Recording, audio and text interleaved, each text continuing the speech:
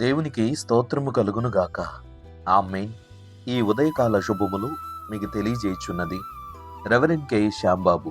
ఈ దినము కొరకు దేవుని వాక్యము. చాలా కాలము క్రిందట యెహోవా నాకు ప్రత్యక్షమై ఇట్ల నేను శాశ్వతమైన ప్రేమతో నేను నిన్ను ప్రేమించుచున్నాను గనుక విడువక నీ ఎడల కృప చూపుచున్నాను. ఇర్మీయా గ్రంథము 31వ అధ్యాయము 3వ వచనం. ప్రభునందు ప్రియులారా, దేవుడు మితిలేని ప్రేమ గలవాడు. కనుకనే మనము నిత్యము దేవుని ప్రేమలో కృపా వాత్సల్యతను పొందుకొనుచు కొనసాగగలుగుచున్నాం. మన జీవిత మనుగడకు అన్నీ ఉన్నా దేవుని ప్రేమ లేకపోతే అది మన మనుగడకు అర్థము లేదు, ప్రశ్నార్థకంగానే భవిష్యత్తు నిలిచిపోతుంది. కనుక మనమింకనూ కొనసాగడానికి దేవుడు అనుదినము మన పట్ల నూతనమైన వాత్సల్యతతో కూడిన ప్రేమను వ్యక్తపరుచుచున్నాడు. కనుక మన అపరాధములను బట్టి దేవుడు కోపించగలిగితే నిర్మూలమైపోయేవారు. ఆ ప్రేమ చేతనే మన దోషములను కప్పి మనలను నూతనపరచుచు మరొక సమయమును మరొక అవకాశమును మనకు ప్రసాదిస్తున్నాడు. మనుషుల ప్రేమ కొంచెమే, అది కొంతకాలమే ఉంటుంది. దానికి కూడా పరిమితులు, పద్ధతులు, ప్రతిఫలాలు, అర్హతలు చూసుకుంటూ ప్రేమిస్తారు. ఇలాంటి ఈ లోక ప్రేమ దేవుని ప్రేమకు సాటిరాదు. అర్హతలు, షరతులు, అవధులు లేని ప్రేమే దేవుని ప్రేమ. దానినే అగాపే అని గ్రీకు భాషలో ప్రయోగించిన పదము. ఇది కేవలము దైవ ప్రేమకు మాత్రమే ఆపాదించబడిన పదం. ఈ వాక్యపు లేఖనమును బట్టి దేవుడు ఇర్మీయాతో ఇశ్రాయేలు ప్రజలను ఉద్దేశించి దర్శన రీతిగా ప్రత్యక్షపరిచిన వాగ్దానములో ఈ వాక్యపు ఉద్దేశములు దేవుని ప్రేమ, ఆయన కృప కనబడుతున్నది.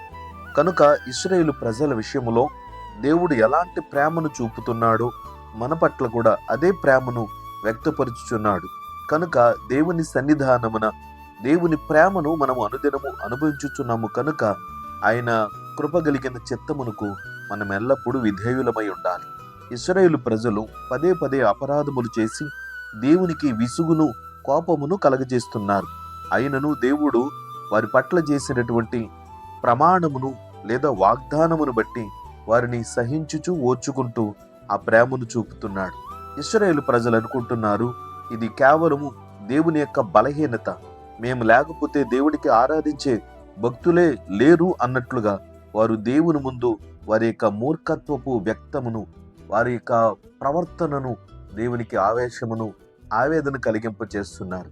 కనుకనే దేవుడు అంటున్నాడు, మీరింకనూ నేటి వరకు సజీవులుగా, క్షేమముగా, సుఖముగా ఉన్నారంటే అది కేవలము నా యొక్క ప్రేమ, నేను చూపుతున్న కృపయే కారణమని వారికి స్పష్టంగా తెలియపరచుగోరుతూ ఇర్మీయాతో మాట్లాడుతున్నాడు. ప్రవక్త ద్వారా మాట్లాడిన ఈ మాటలు నేడు వాక్యమును ఆలకిస్తున్న ప్రియ సహోదరి సహోదరుడా, నీకు కూడా ఆయన వ్యక్తపరుస్తున్నాడు. ద్వితీయోపదేశకాండము 7వ అధ్యాయము 8వ 9వ వచనములలో, అయితే యెహోవా మిమ్మును ప్రేమించువాడు కనుక తాను మీ తండ్రులకు చేసిన ప్రమాణమును నెరవేర్చువాడు గనుకను యెహోవా బాహుబలము చేత మిమ్మును రప్పించి దాసుల గృహములో నుండి ఐగుప్తు రాజైన ఫరో చేత నుండి మిమ్మును విడిపించెను. కాబట్టి నీ దేవుడైన యెహోవా తానే దేవుడనియు, తన్ను ప్రేమించి తన ఆజ్ఞలను అనుసరించు వారికి తన నిబంధనను స్థిరపరచువాడనియు, 1000 తరముల వరకు కృపచూపువాడనియు, నమ్మదగిన దేవుడనియు, తన్ను ద్వేషించు వారిలో ప్రతివానిని బహిరంగముగా నశింపు చేయుటకు దాన్ని వానికి దండన విధించుననియు నీవు తెలుసుకొనవలెను అని వాక్యములు తెలియజేస్తున్నాడు. కాబట్టి ఎవరైతే దేవుని ప్రేమను అర్థం చేసుకుని ఆ ప్రేమకు ప్రతిగా ఆయన వాక్యమును అనుసరించి జీవిస్తారో వారి ఎడల ఆ ప్రేమను కొనసాగింపు చేయడానికి దేవుడు ఇష్టపడుతున్నాడు.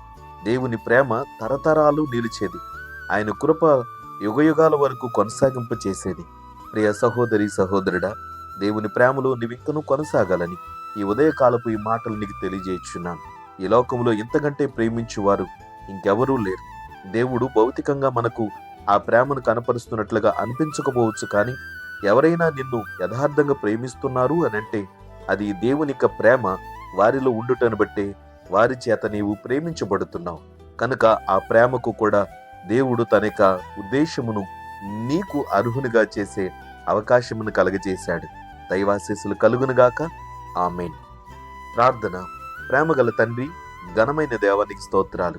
దివ్యమైన నీ వాక్యము చేత మీరు మాతో మాట్లాడుతున్న ప్రతి విషయమును బట్టి మీకు కృతజ్ఞతలు చెల్లిస్తున్నాం.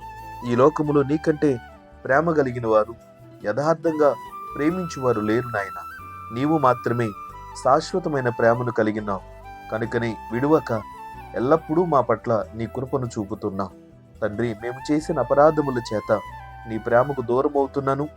దైవా తండ్రి, నీ సన్నిధిని తండ్రి వంటి ప్రేమను, తల్లి వంటి ప్రేమను మా పట్ల కలిగి ఉన్నాం కనుక మీరు మాతో మాట్లాడుతున్న ప్రతి మాట చేత మేము తిరిగి ఆదరించబడుతూ నీ అద్దుకు చేరగలుగుతున్నాం.